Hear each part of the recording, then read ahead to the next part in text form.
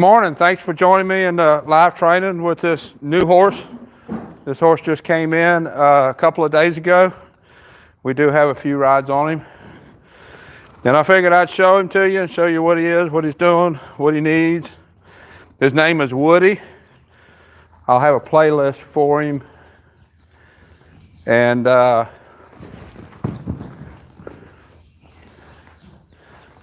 have a playlist. Come on.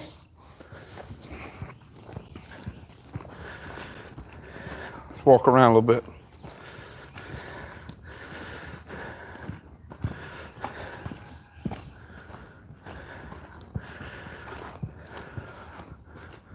Rain must have fell. Anyways, let's get back going. I'll have a playlist and we'll talk about what he is, what he's doing, everything that he needs work with. He's actually a pretty broke horse. He just don't know anything. And I'm gonna step up on him. We'll see how he does. Standing still. I'm watching the video. See what caused that. Oh well. Anyways, check the saddle.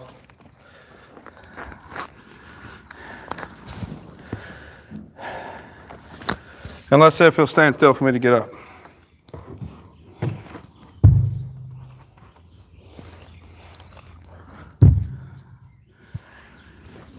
He came in from Amarillo, Texas area. He had about a 17-hour drive to get here.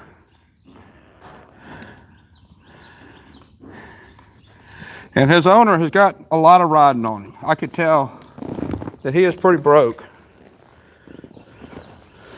But there's also a lot of holes in his training, a lot of things he don't know.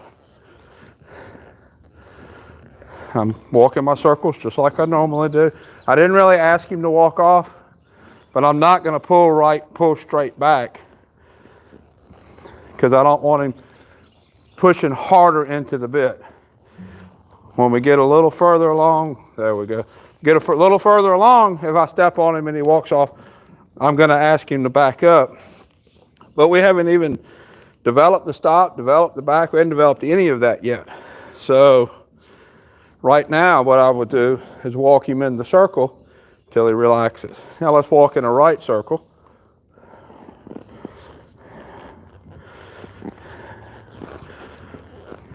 I have my heavy ring snaffle on him today, just a plain smooth mouth ring snaffle.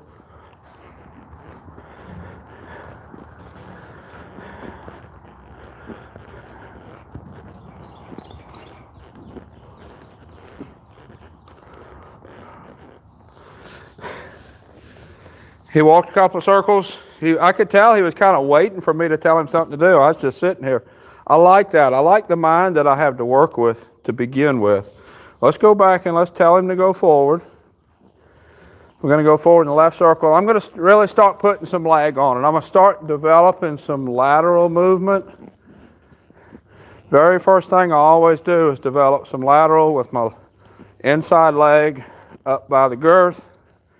Ask the shoulders to move. I'm pushing with my spur a little bit, and there, got a little bit. We got to keep going. We got to keep going.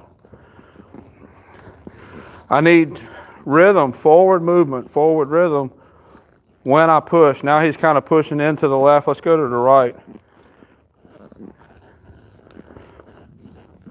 His mind is kind of all over the place. He's still taking everything in.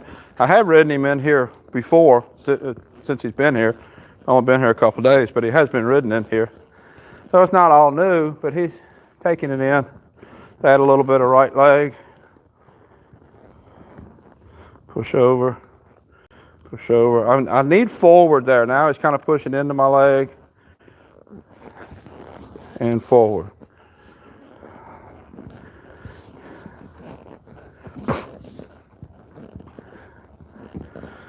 Forward, forward. One thing I'm noticing right off the bat with him is when I'm asking him to do something with my legs, he's listening to me, but he's slowing down his forward. I need movement. Let's go. I need to continue his movement forward when I ask him for something with my legs. Well, thank everybody for joining. We were a little late getting it up and going, but we're up now. Everything's working. This is Woody. If you're just joining, it's a horse that just came in a couple of days ago. This is the first video I've done with him. He is a quarter horse. I think he's 5, if I remember right. I believe he's 5. And when he came, he was well started, well broke. But he just don't know a whole lot. So I'm starting with my leg yields, pushing the shoulder over, which is the first thing I always start with. Push the shoulder, push the shoulder, push the shoulder. If you notice with him, when I start putting leg on, asking his shoulder to move over, how his head is softening down. Really like that. That's something that I would look for in a more advanced horse. That means that not only is he pushing over, but he's lifting and relaxing his head down. I like that. That's nice. Let's ask one more time with my left leg. I'll get around so you can see what my leg is doing. All I'm doing is I'll start up at the top, kind of tightening with around my knee, push with my calf, then push with my spur. Got to keep going. I'm not going to release here because he's not moving forward. He's watching himself on TV. Push over.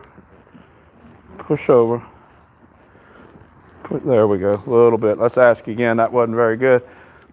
I need him to maintain forward when I put leg on. Pushing into my left leg now. A little bit of release, a little bit of movement there, so I released. Let's go the other direction. A lot of times with a younger horse or a horse that's don't know what to do with the pressure, and if they start pushing into the pressure, what I do is I change directions pretty often. Let's move your feet. I change directions pretty often, and that will help get the shoulders to not push into me. There. See, I push with my right leg. I got a little bit of lateral movement. It's not a lot. Not a lot. I talked in a previous video when I was riding a more advanced horse, talking about releasing with improvement. And with that more advanced improvement, I asked for more. And I talked about that's not how you're going to do it with a lower level or greener horse. That's how you're going to do it with a more advanced horse. Him, since he's just learning these moves, I'm going to release when I get the effort in that direction. If you remember, we talked about releasing when there's effort. And that's what I'm doing. I'm going to reward a little bit of effort here so that he understands the concept. And then as he understands the concept, as the concept gets better, he understands, I'll ask for more. Is there any questions yet? No, someone said if I move to the shade, they might can see better. I thought it's right there. Okay, try it and see.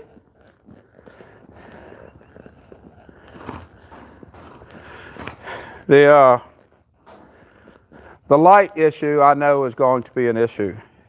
And unless I totally enclose this, it's probably always going to be an issue, but I'm not going to enclose this. This would be 150 degrees in the summertime if I enclosed it. So we're going to have to work with the light. And the light that's coming in is sunlight. I've had several people say about putting bigger lights in my arena. I can't put big enough lights to compete with sunlight. It can't happen. So we're going to work the best we can. We're trying a few different filters to see if that helps. Huh? Think it helped? Okay, good. When we shot the other day, you want to move your computer so you can see the comments? When we shot videos the other day, we actually set the camera up in that corner over there, which worked really good because we had the wood background all the way around, but that was also an overcast day. So that's the other thing that we're contending with the lighting is you get it set and good one day, the sun's not the same the next day, and then you got to shift it around. So we're learning where we need to be when the light is in certain places.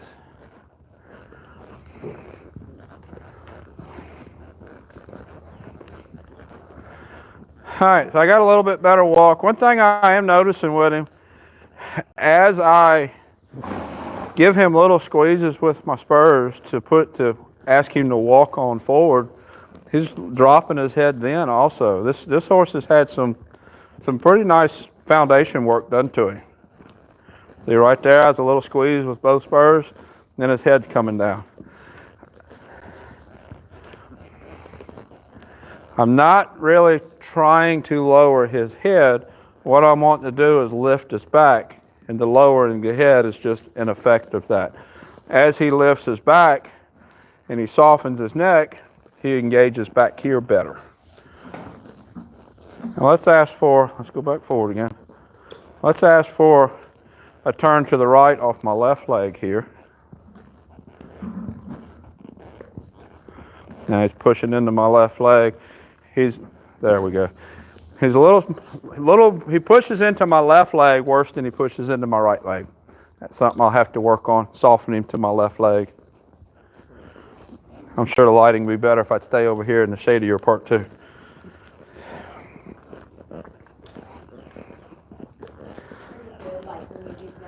Okay. All right, let's ask right rein, right leg.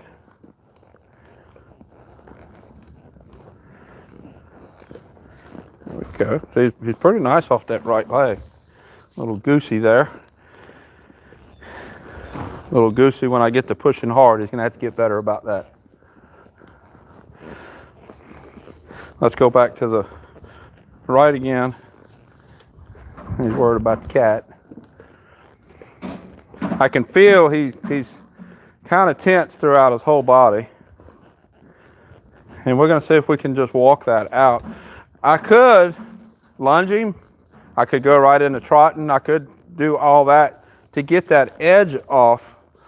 But the way I prefer to do it, you've got to, right now he's kind of on the edge mentally. He's not trying to speed up. Mentally he's on the edge. So what I try to do, instead of going faster or working harder, what I really want to do is bring his mind down, relax his mind, bring his energy back down and ask him to relax. So instead of asking him to work faster, work harder, we're just going to engage his mind into doing something.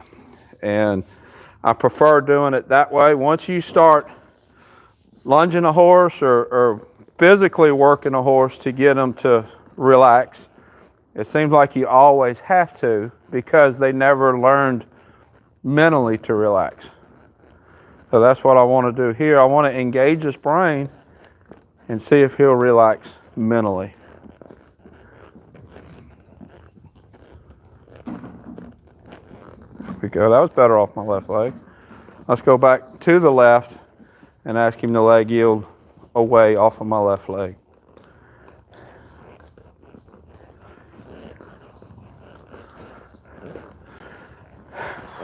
Our weather here has been getting really nice. I think the lows when I got up this morning was in the 50s. Our high is supposed to be in the 70s. Really pretty riding weather. I think we're supposed to have a chance of rain tomorrow and then a pretty weekend.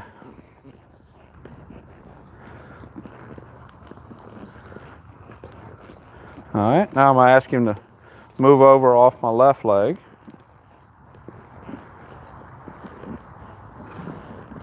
Go. He wasn't as good as it needs to be. It wasn't as good as off my right leg, but it was a little bit.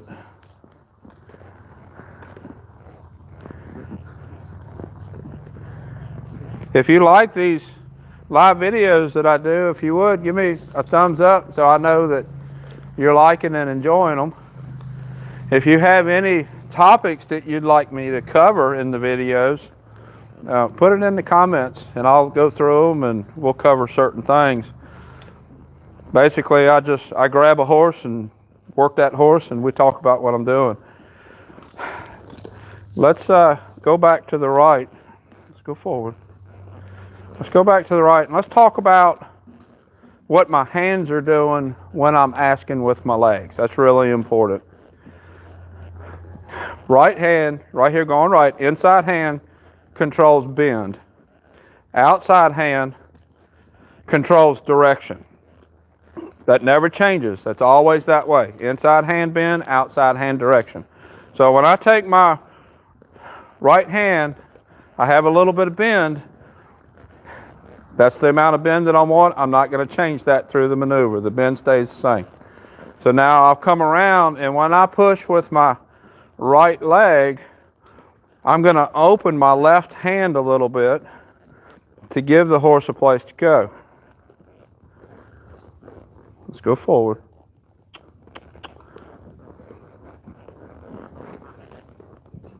Go forward. To open that door to give the horse a place to go. What that's going to do as the training progresses, and why that's important, is he is going to learn to look for the rein. I open the rein, I'm teaching him to find the rein.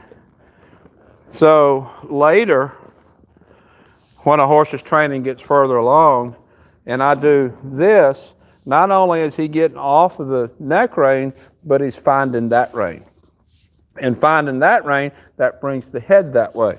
And that's how, when I put this rein on, that's why his head is going to go that way in the neck rein. If you're neck reining your horse and you're pulling and you have contact and you're pulling the horse's head the opposite direction of where you want to go, you're using too much pressure and the horse really isn't getting off of the neck rein. All you're doing there is counterbending.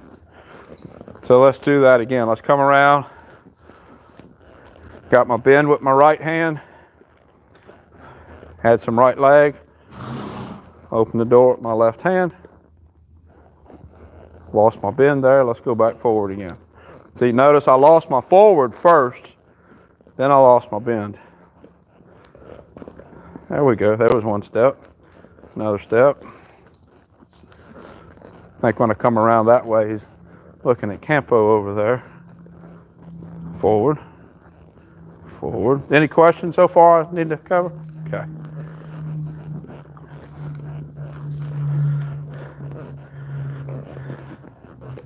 So let's go the other direction.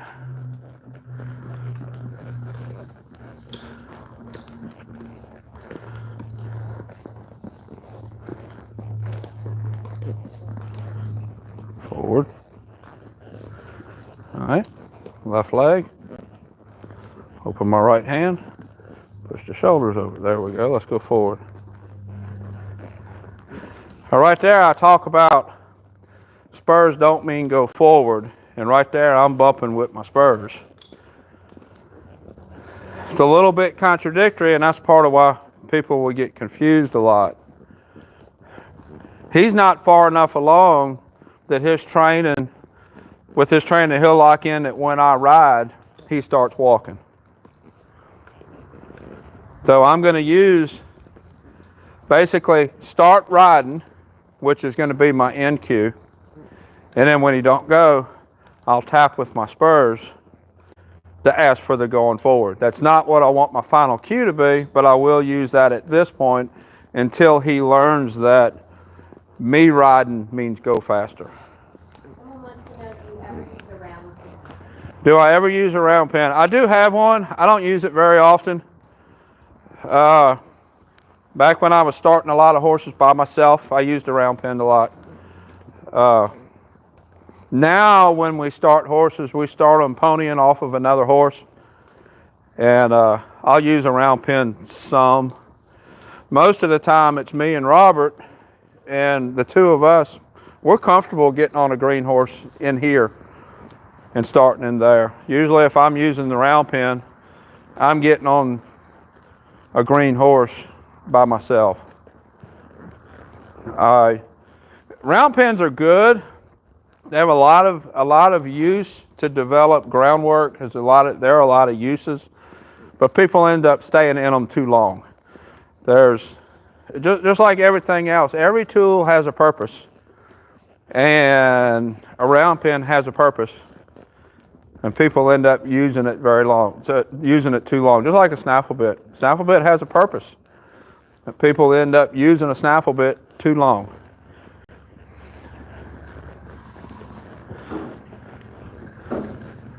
Some of my earlier videos, we was working some green horses in the round pen.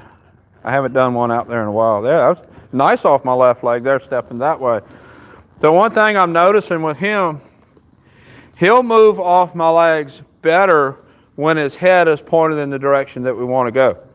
So if I want to go ask his shoulders to step to the right, he's stepping to the right better if his head is looking to the right. So the head looking is helping to get the idea through to him, but it's not really breaking the shoulder control loose and giving me straight control of his shoulders. I want the shoulders steering no matter what direction the head is looking. That's a really important concept, and that's why I do a lot of counter bending and like this, leg yielding to the outside, head's bent to the right. I want him to move off of my right leg. There. He struggled with it a little bit. He had to think about it. It's okay. I gave him time to think about it. I need him to move his shoulders off of my legs without the direction of his head helping him. That's a really important point. See what we got for a backup. Step a little further forward. Got a little overcast, sun's not quite as bright right now. So what I'm going to do for this backup, I'm going to use my reins to say don't go forward. I'm going to give a little squeeze with my legs.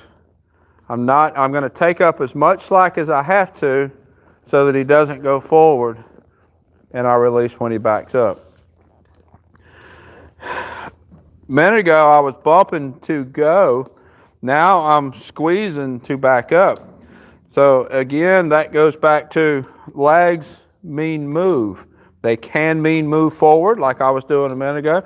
They can mean move backwards. Squeeze with my spurs and release. Good boy. The reason I do it that way and not just pull back is I want the horse to step good with his front feet. If I lift his back, it shifts his butt up underneath him and he'll step better with his front feet. If I just pull back, what's going to happen is he's going to push against the pressure, put weight on the front feet, and his front feet are more going to drag than step.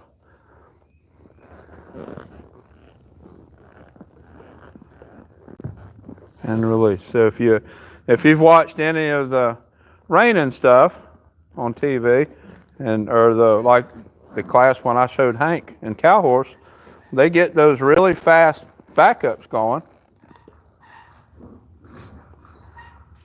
That's where she's rubbing her mane. I knew she was rubbing it somewhere and I couldn't find it.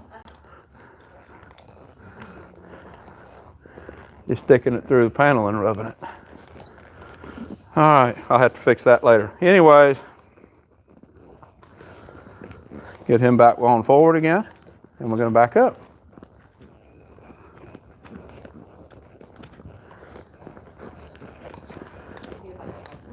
All right, what's the question? Okay. How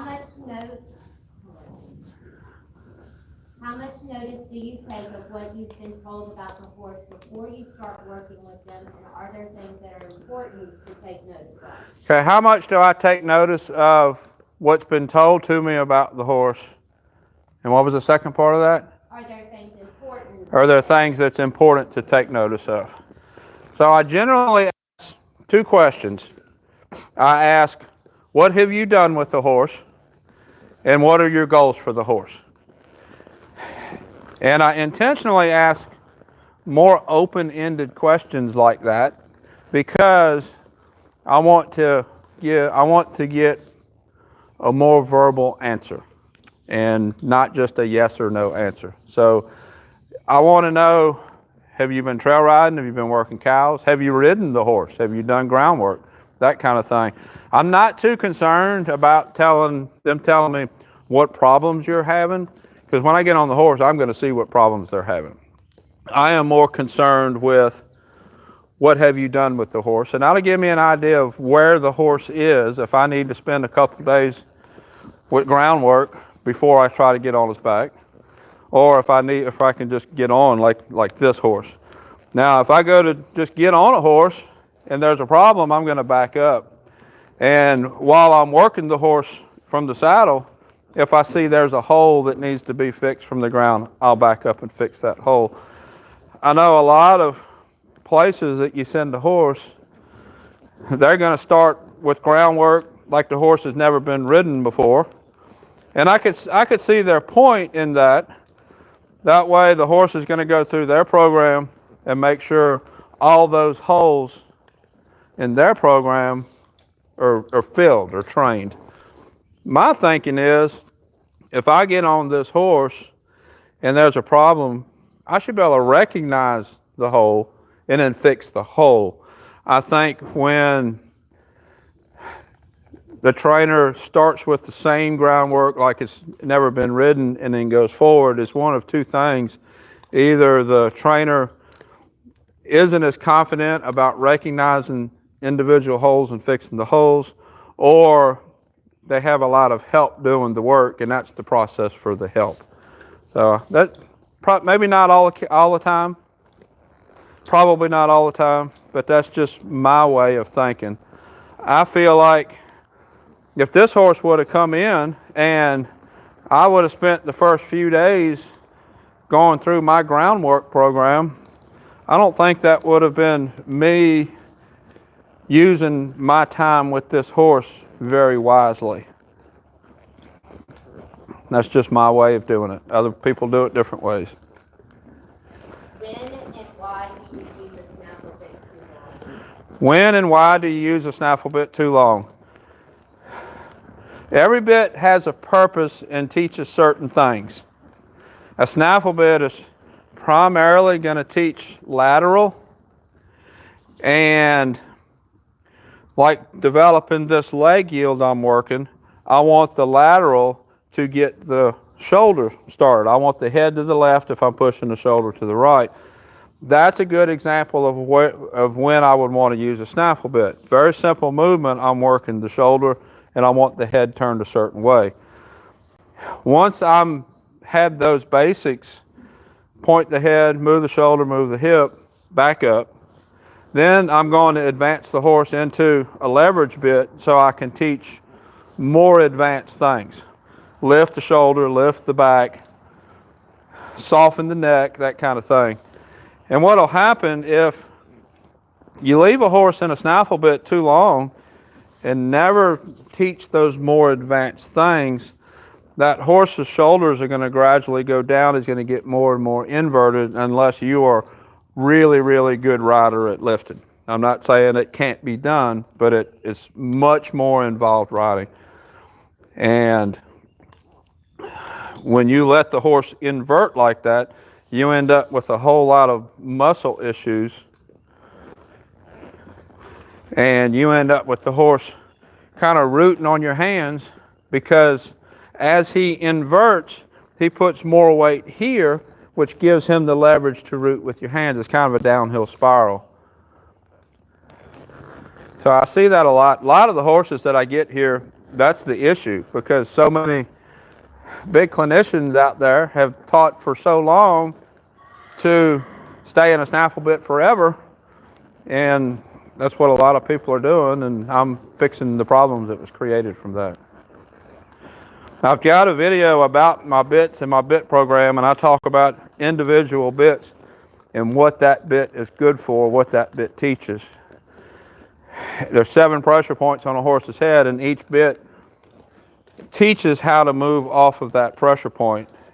And when a horse goes all the way through my program, my more advanced horses, it really don't matter much which bit you put on. They're going to know how to get off of that pressure. Now, just because I have a horse advanced to a leverage bit doesn't mean I won't ever put a snaffle bit back on one. I'm going to put whatever bit is on that horse to teach whatever that horse needs.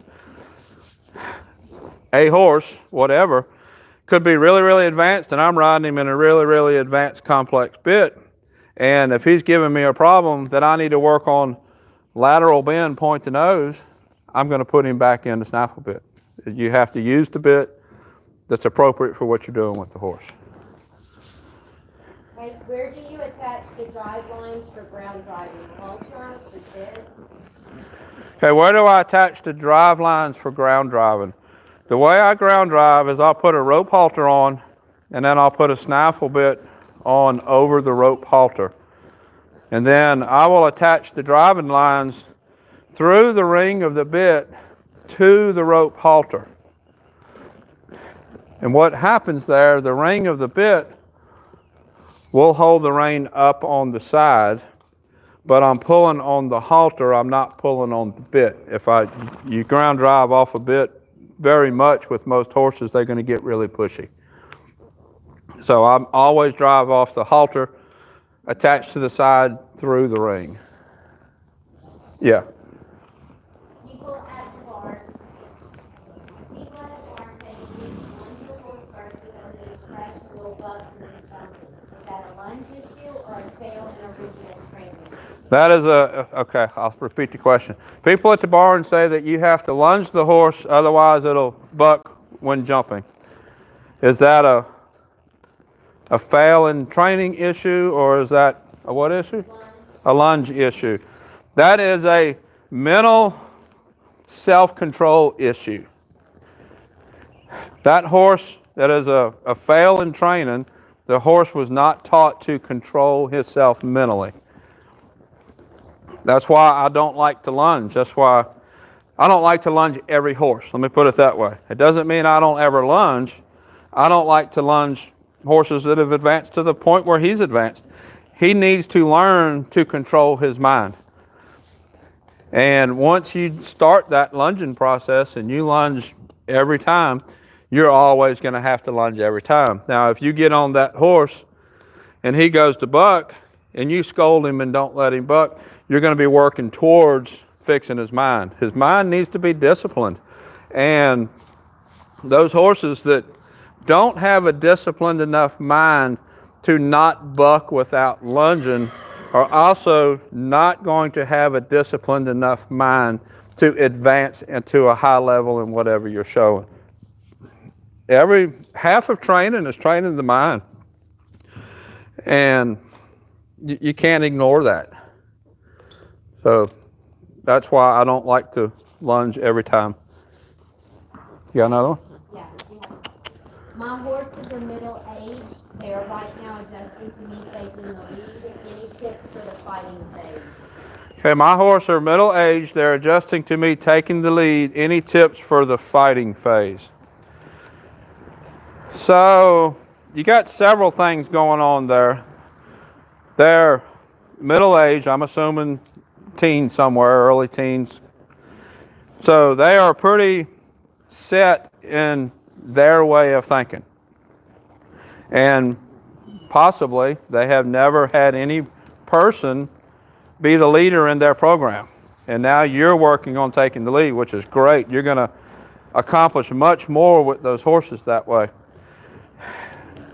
So basically, my advice is take the lead in little places that are easy to win first. If it's just a matter of getting on the horse and pulling his head to the side and just sitting here, that's an easy win. You're telling the horse to turn his head, and he's turning his head. Take that win. Don't go after big wins first. Go after little wins. And when you win those little wins, the big wins gradually get better and better, bigger and bigger. Can you discuss the sweet copper roller bit? What's the purpose of it, and is it a good bit for a pleasure trail? Okay, can I discuss the sweet copper roller bit, and is that a good bit for a pleasure trail horse? Basically, sweet iron or copper helps the horse salivate, And a horse that, some horses just generally have a drier mouth than others. And in Western, you want to encourage more salivation.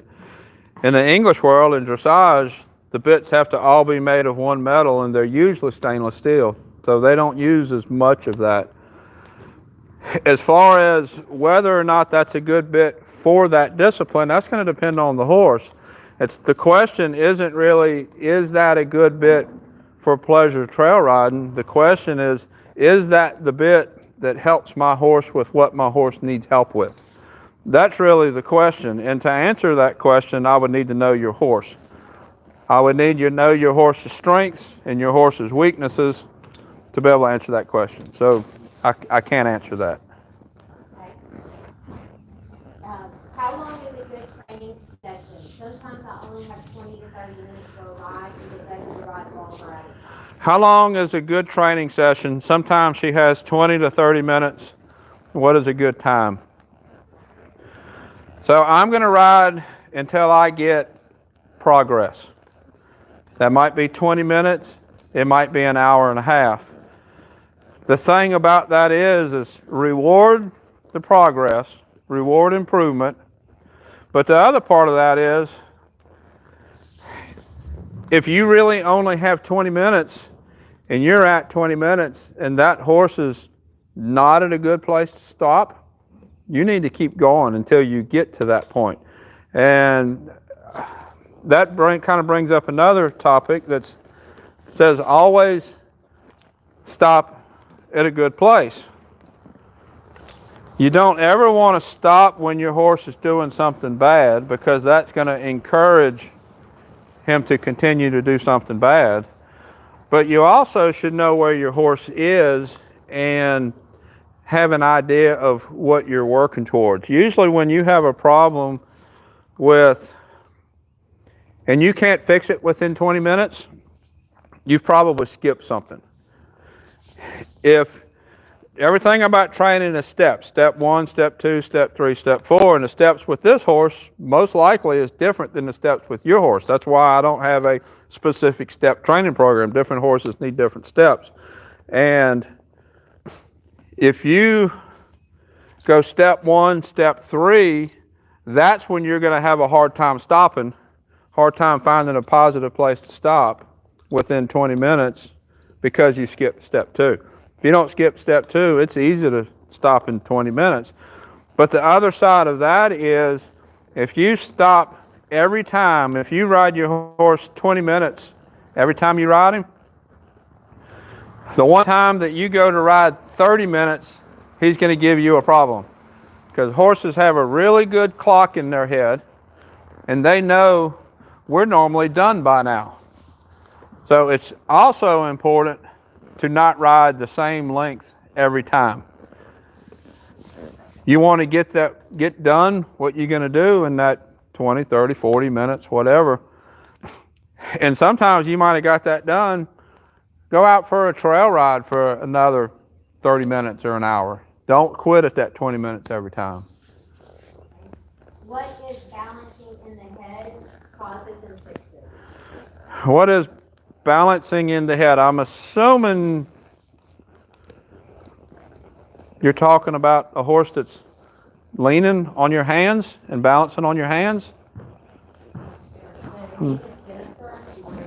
Okay, Jennifer, kind of clarify that question. Do you mean a horse balancing on your hands, or do you mean a horse's head going up and down balancing himself? So if you would kind of clarify that question, and I'll answer it, because it's two totally different directions. Change from a snaffle to a low fork shape. Horse fusses with the shank and pulls into his mouth. How did I correct this? Read it again. Read it again. Okay. Change from a snaffle to a low fork shape. Horse fusses with the shank and pulls into his mouth. How do I correct this problem? Okay. The change from a snaffle to a low port shank, and the horse plays with the shank and pulls it in his mouth. How do I fix the problem? Basically, you got possibility of two things going on. One thing could be that your horse really isn't soft enough, And if you're pulling with this rein, you might be pulling the other shank into his mouth. That's a possibility. The other part, if that's not the case, the other part means he's bored and you're not engaging his mind enough. And in that case, you just engage his brain. Give him something to do. Goes back to training the mind, training the brain.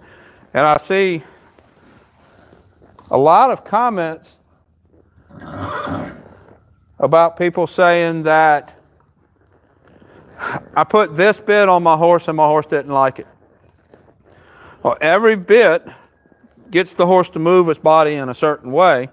And until that horse learns what that bit is asking him to do, he's not going to like it. It's not a matter of not like, it's a matter of not understand. And you put a new bit that's going to ask for a different pressure in a different place or a different way. It's not that your horse don't like the bit, it's that he don't understand the bit. And it's your job to teach him to understand it, whatever that bit is asking him to do. Doesn't mean you get him out of that bit and go to something else. It might be that is a good bit for him or not a good bit for him. If you need to work on rounding the back, there are certain bits that help that. And when you first put that bit on a horse, that the horse doesn't understand what that bit is asking him to do, he's going to toss his head and throw his head and act like he don't like the bit. But it's not a matter of not liking the bit, he don't understand the bit. So then you need to teach him what that bit means and what he's supposed to do with his body. Okay. How do you adjust a bit in a horse's mouth? Do you have bits so there is a wrinkle in the corner of the mouth? Okay, how do I adjust a bit in the horse's mouth? Do I have wrinkles in the corner of the mouth? I'm going to talk about how I prefer it, and then I'm going to talk about sometimes there have to be variations to that. I want the bit to not quite touch the corners of the mouth. Close. I don't want it hanging down low. I want it to not quite touch the corners. Because what I want that horse to do is I want the horse to pick up that bit and hold it where it's comfortable for him. If he's holding it where it's comfortable for him, then our communication is going to be better. If I pull that bit up 2 or 3 wrinkles and it's kind of locked in there and creating tension in his jaw, and he opens his mouth and the bit's still there, our communication isn't going to be very good. But on the other hand, I don't want it hanging real low to bounce on its teeth. You have to also look inside the horse's mouth and make sure there's no canine teeth in the way where I would want to put it. You have to make sure that how the mouth is formed, a lot of times the corners of the mouth are either shallower or deeper, which changes where the bit would sit on the bars. If you have a horse that has a really shallow mouth and you pull it up close to touching the corners of the mouth, then in that case, you might be close to the back of the front teeth. So you also have to look inside the mouth. So I will raise it a little bit for certain horses. I'll lower it a little bit for certain horses depending on how their mouth is built.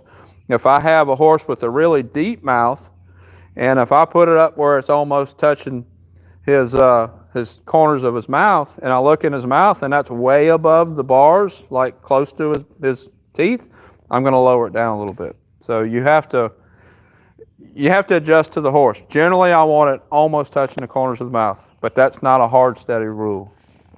Jennifer replied, she said balancing on the head. You mentioned it on a previous video. She thinks you were on Denali and she didn't know what it meant. Okay, I believe what I was talking about in that video was the horse kind of hanging on our hands when we make contact, and the horse just kind of lugs down on our hands. He is bad about that. And if I have my reins at this length, where he can get a little bit of slack, and then as we're riding, now I'm not taking my reins up, my hands are staying still. As we're riding, he starts to kind of lean on the bit and just gets heavier and heavier and lets me hold his head up. What I'm going to do in that case, as he starts leaning, he's starting to invert his back. So in that case, the answer is to lift his back up. And as I lift his back, he's going to soften at the pole and then come up off of the bit. That's actually a pretty common problem with lazier horses. They'll let you hold their head up if you let them. And how you ride a lazier horse that wants you to hold them all the time is a lot different than how you ride a horse with a lot of go. A lot different techniques. So if you switch from riding one to riding the other, it's almost like learning how to ride all over again because everything is so different. I have a horse that's very unpredictable. One day he is great with the lead rope, flags, tarps, then the next day acts like he's never seen this before. Is it attitude or training? Okay, the question is, I have a horse that's very unpredictable. One day he's really good with flags and tarps and stuff, and the next day he acts like he's never seen it before. You could have either a leadership issue going on. You could have just kind of some mental issues going on there. That particular type of horse, I personally wouldn't own. I want a horse, I don't mind a horse that's not the same every day, but I don't want a horse that is that unpredictable because it's just a matter of time that usually somebody's going to get hurt. And if you walk by this banner 100 times and he's good, you're going to kind of relax, and that 101st time he acts like he's never seen it before. It's just not a good setup. So if he's okay with the tarps and everything one day, it's not like sacking him out is going to make it better when he's unpredictable. So in general, that is a reason that I would call a horse out. I hate that I don't have a better answer, but that's my answer. There are certain horses, a horse that's unpredictable like that, I don't want around. That's probably my biggest thing, because that's a mental thing. And you can help mental, but you can't change mental. All a trainer can do is bring out the things that you want and suppress the things that you don't want. A trainer cannot put something in a horse that's not already there, and a trainer cannot take something out of a horse that's there. And that's a situation where I would call that horse out. Okay. All right, Tim, are you doing any remote training with video sessions? Am I doing any remote training with video sessions? I am. You could go to my website, helpwithmyhorse.com, and click on video lesson. And right there you go through the checkout and pay for the lesson, and then video it, upload it to the cloud, either Google Cloud or iCloud or whatever, and send me the link. And then I will pull that video up and voice over instruction on the video and send it back to you. Helpwithmyhorse.com. I actually do quite a few of those. I also have Patreon. If you go to Patreon and look for Tim Anderson Horse Training, I post a lot of things there that I don't post here. Some of it is some training videos. A lot of it is just kind of life, what goes on here. Almost like just being and hanging out all day. Okay.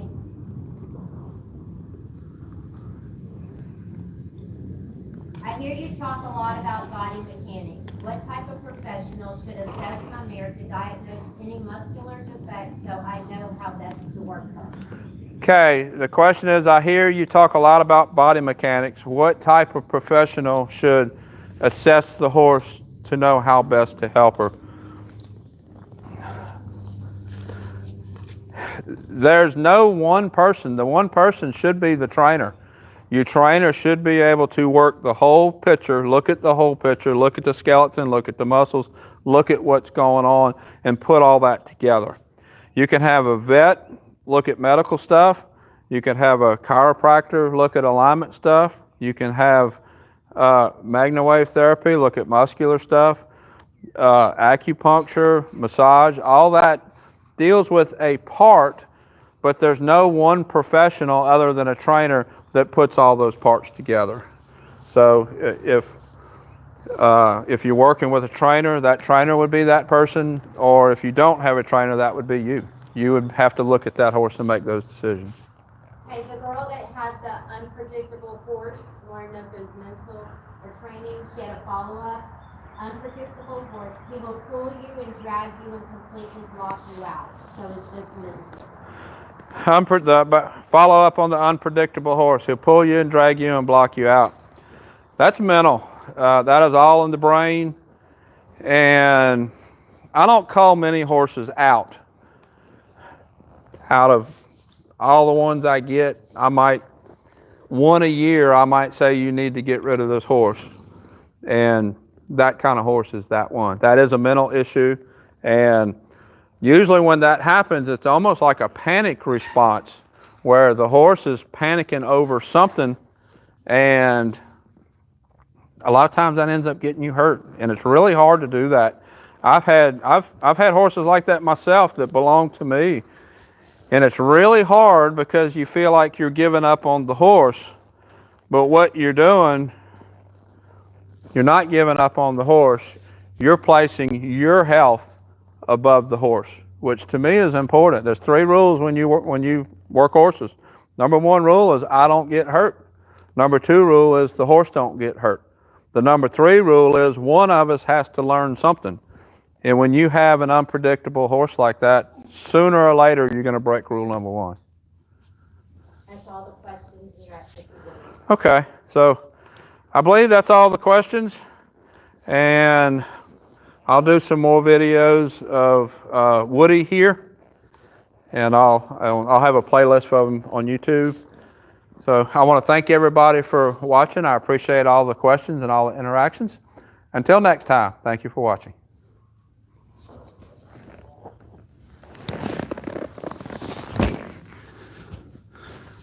We must have not had near as many people today.